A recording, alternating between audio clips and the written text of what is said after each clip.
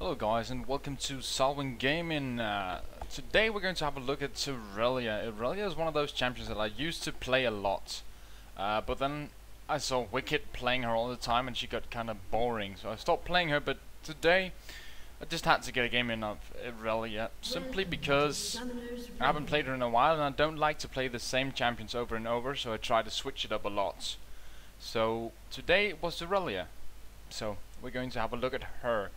Now, those of you who follow my channel and watch most of my videos, you'll notice that there hasn't been a lot of League of Legends content recently, and that is because I'm trying to move a little bit away from it. It's not as fun to me as it used to be. I still play League of Legends, but I mostly play it on my stream, and therefore I don't really like focus too hard. I just fuck around with my friends and with the streamer, with the viewers, I mean. I just try to have an all-around good time instead of doing these serious guide style games that I sometimes do. But anyway, in the game here, we're standing around waiting for the fourth pot. I'm going boots, 4 pots. I do this mainly because I have Shaker, so I have the option to do it. Normally I would go maybe cloth, 5 pots, or boots, 3 pots, and then help out the jungler. But because it's Shaker, he doesn't need the help with the pull, so I can just start with boots 4. We're going to be against Gangplank. Now you'll notice their team setup is absolutely ridiculously weird, and that suits me pretty well because that means they don't have an 80 carry late game, and that means we win, so yay for us. But anyway, let's have a look at our lane. We're against GP. Now Irelia is one of those laners who pretty much wins every lane, but against Gangplank early game he's gonna have the advantage. So what I'm gonna look to do is simply just CS as much as possible without dying in my lane until my first base or second base, depending on how far behind I get. And as soon as I get that base amount of items that I need, I can start to pressure Gangplank. Irelia's damage comes a lot from her W. Now we'll go through the abilities soon, but through her W comes a lot of the damage, so you need a bit of skills, a little bit of levels in order to really start to put some pressure on your lane. Until then you're kind of behind, but as you can see there, I'm just trying to get a base amount of CS. Now I don't really want to trade too hard with Gangplank because then this will happen. I will go way low and then I'll have to play really defensively. So I pop a potion, just hang back a little bit, try to see heal a bit off the minions as well. Anyway, let's have a look at her abilities. Her passive reduces the duration of stun, slows, taunts, fears, snares, and roots for each nearby champion. One champion 10%, 2 25, and 3 40%. So that's a lot of CC reduction. That means she's really good in team fights against stuns and snares and whatnot. Everything that was listed there.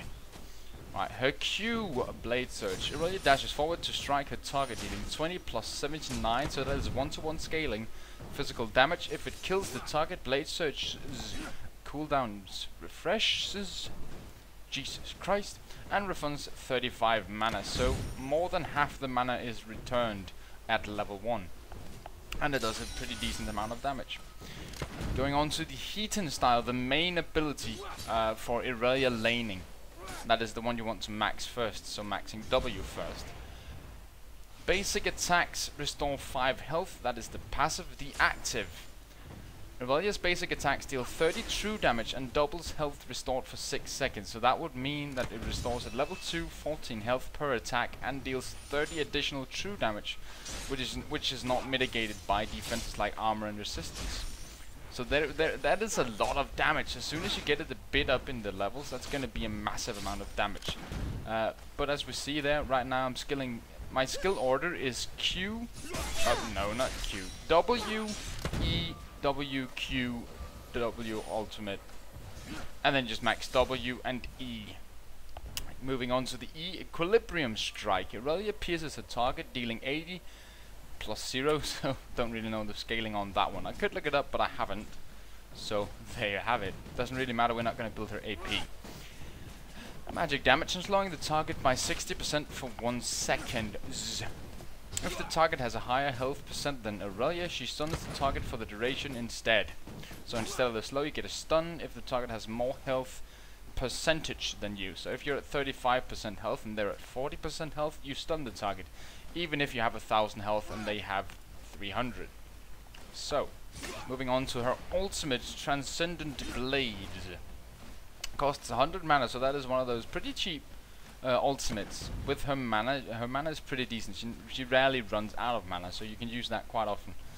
Irelia summons 4 Spirit Blades that she can fling to deal 80 plus 10 plus 0. So the scaling is really bad on the ultimate. Physical damage to enemies they pass through. She heals for 25% of the damage dealt against champions and 10% against minions. So if you ever get low in lane or in a team fight, you can use this to sort of sustain yourself and stay in the fight longer while dealing damage. So it's really, really helpful that way. Anyway, we moved back to base for the first time now. Picked up Ninja Tabby because I'm against the Gangplank. He is 100% physical.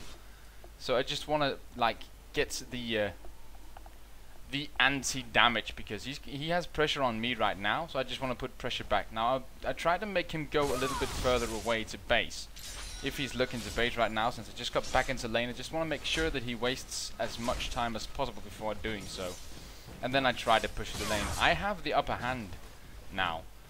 Slightly, very, very slightly. If I make a misstep in a fight with him, I'll still lose. But if I play it right, I'll win any trades I have with Gangplank at this point in the game. So for right now, I'm pretty confident in the lane, just using my abilities to CS a little bit. The Heathen Style and the Blade Surge. Now, one of the other reasons why I chose Ninja Tabby over, for example, Mercury Threads, is because the other team doesn't really have an AP carry. You will see this oftentimes if they run like an AD carry mid and then runs them AD, or they run a Talon mid and a Bruiser top and whatnot. Then there won't be that CC, and you can look to buy Ninja Tabby instead because it helps you in lane and in the team fights.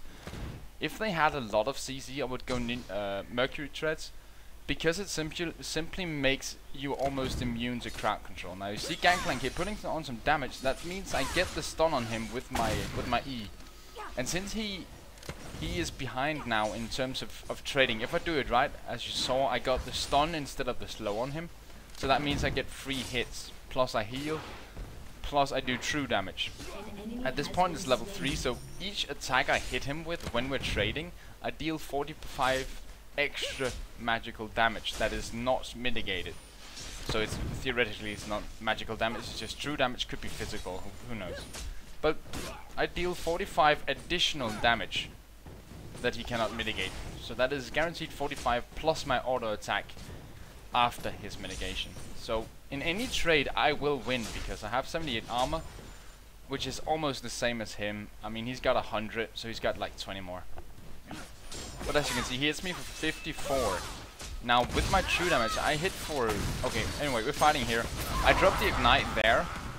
He drops his ultimate and ignite. I flash out of the ignite. I don't want to get killed by it. And then I'm going to wait here because I want my Blade Surge ready to get on him.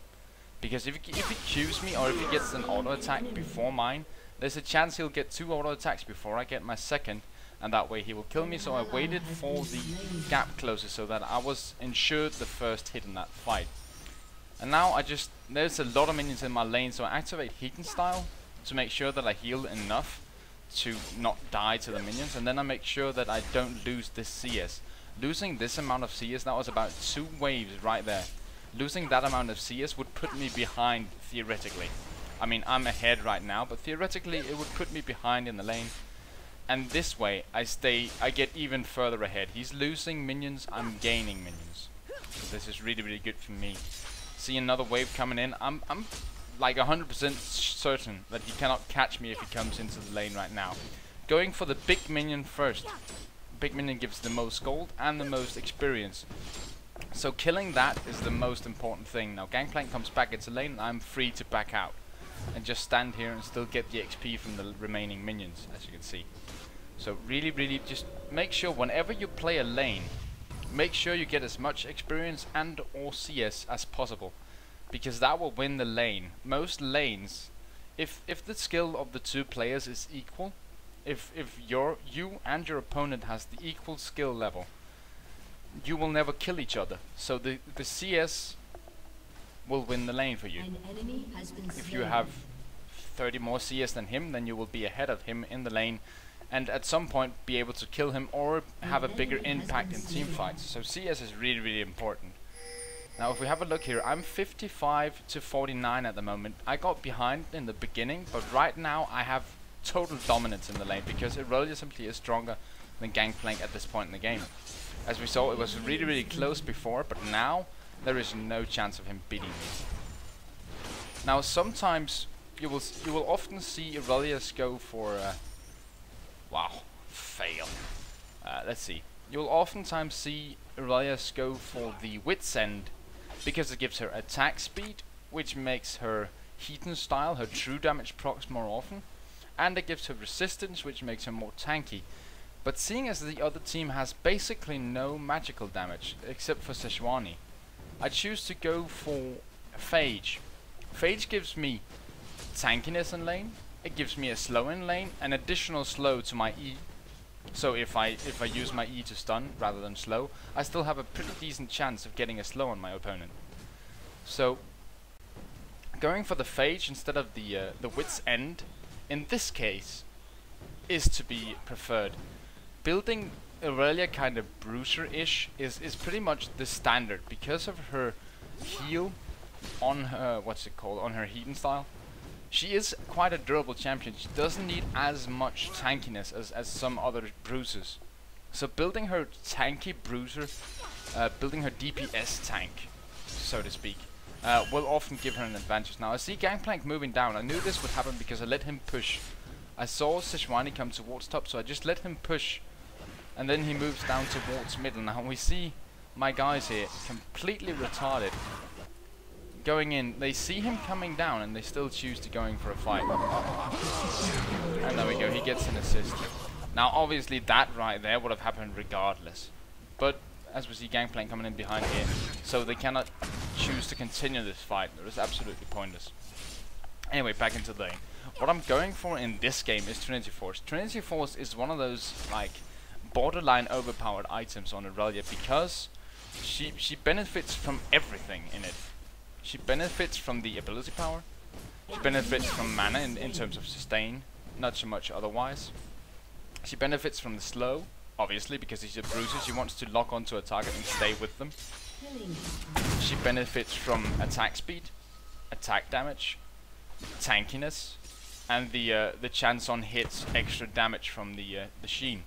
So it's the perfect item for Irelia, and that is why I'm going for this first in this game. Again, saying that it is a case. Anyway, Shaco coming up here, and I just choose to go straight for it because, as you can see, I'm really, really tanky. There's no problem at all for me to tank the turret for the duration. As we see here, Sejuani coming up as well. I just want to go put some pressure on her. Now I use my blade search, and she chooses to dash over the wall. Sort of unfortunate for me, but we get to burn her flash. I don't need my flash at this point in the game. I'm still in the laning phase. For me, it's all about this lane right now, and for the next 2-3 minutes. So I don't need it. She will need it, but she could use it beneficially in ganks or whatever fights somewhere around on the map. She could use her flash more than I could use mine. So me burning flash for her flash is a good thing for the team and for me as well, because if the other lanes don't get a kill off of her flash, that means that I will have it easier in the later team stages.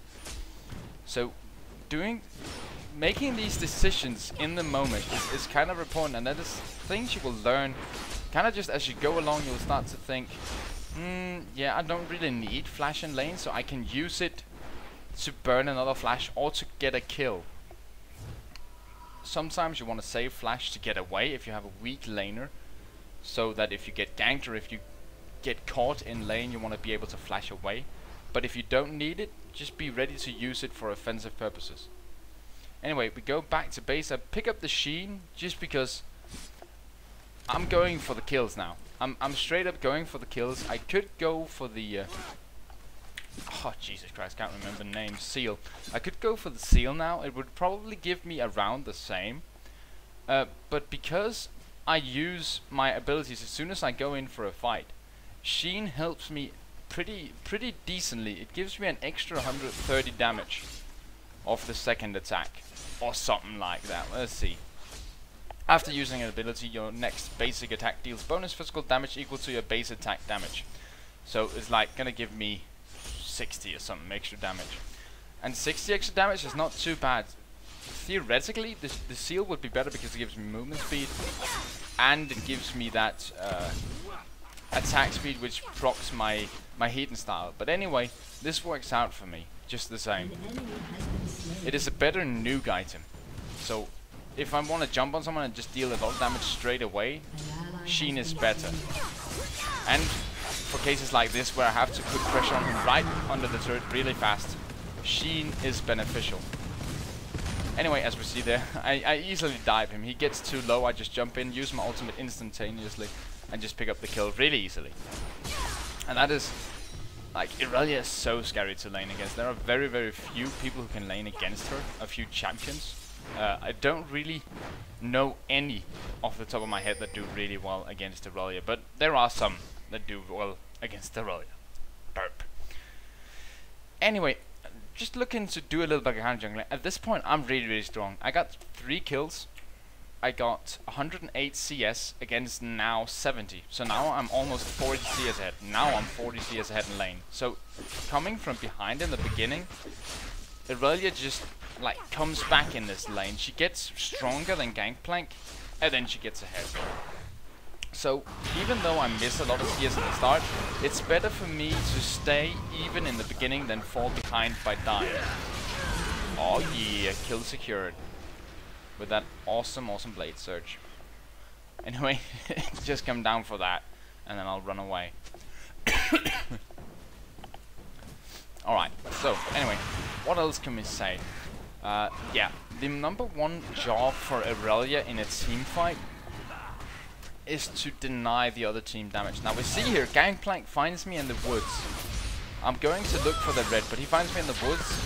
I win that fight pretty easily. Sejuani comes, and as we can see here, Vladimir doesn't really react. I run upwards because he can do his EQ combo and catch me. So I wanted to run away from him, but sadly, wow, I got profanity filter when I'm watching replays. Interesting. Anyway, sadly, Sejuani has her ultimate, and she just catches me and I die. I might have been able to dodge it, but I didn't. So, yeah. And Vladimir, no help there. So debt secured, and I have to give him that. I mean, maybe I took a kill from him before and that was payback. I don't really know, but if that's the case, then I can't really complain. So anyway, as we see now, I got my Trinity Force. Now I can one-on-one anyone on the team. Doesn't matter who. I can kill everybody on the team at this point in time. So I'm really confident. I can just go push anything or invade their jungle, and I'm gonna be absolutely safe. I have my ultimate, I have my flash. So like that is one of the things that a lot of people don't realize about their champions. They don't know when they have the upper hand. If you're behind early, as Irelia is against Gangplank, where Gangplank has the more damage and more sustain, theoretically more sustain because he doesn't have sustain compared, but he can put up more damage compared to Irelia, and that way he will have a better sustain in the lane early game. So if you have that disadvantage early game, a lot of people don't realize when they get back ahead, and that is something you learn simply through well, just playing the champion. You'll start to notice how early can I put on the pressure, how strong am I compared to the other champion at what points in the game. So you want to play your champions a lot. Whenever I pick up a new champion, I like to play them 5-10 games straight in a row, just to see. The first game I'm gonna go even. Most normally the first game I play any champion, I go even in my lane. I don't win, I don't lose, I just go even. The second game, I go even again. The third game, I start to know what I'm doing, so I get ahead. And then I just start improving on the things I learned. So every game after the third or fourth, I start winning really a lot. So I start to realize, notice every little thing that gives me an advantage or that makes my character stronger. You have to pick up on that when you play the champion. Anyway, so I'm asking Shaker here if I can take blue. Since we have Vladimir mid, he can only use it for the cooldown reduction. I can use it for both cooldown reduction and the mana return. So I asked Shaco, since he's the jungler, he might want it, I don't know. If I can have it, and I can have it, so I just take it. Sweet, no problem. Anyway, the next item I'm going to build, it often varies, but in this case, in this game, I would probably look to go for something like the Frozen Heart, because they're all physical auto attackers. They rely on their attack speed. That would be devastating for the other team. But anyway, as we see here, they come in for the gank. Now I want to get grabbed. If Blitzcrank grabs, I want to get grabbed. So that's why I'm staying ahead. And there he grabs me. They burn quite a bit of damage on me, and I'm able to tank it really easily, just popping my ultimate across every single one of them. And just staying in the fight for as long as possible. Now, as you can see here, I'm staying a bit behind, but I'm more or less, for the entire time that the enemy team was close, I was in range to jump to them. So if they re-engaged on us, I was able to go help out my team. But I stayed back just to be safe, that they didn't feel the need to go on us. Now Vladimir getting caught out here for no reason whatsoever. And then, yeah, all things go to shit and whatnot. But then again, Vladimir gets a kill. And another kill. It's fucking retarded. Sometimes things like this happen where the other team is just absolutely retarded. And then you just gotta rejoice. And they gotta surrender. So, thanks you guys for watching. I hope you enjoyed this little guide. This little game. I hope you'll leave the video a like and or a favorite. It makes me happy. I make these videos for fun and to help you guys, so if you like them, it makes me happy. So think about that, maybe give it a little like or a favorite, and yeah, until next time, have a good day.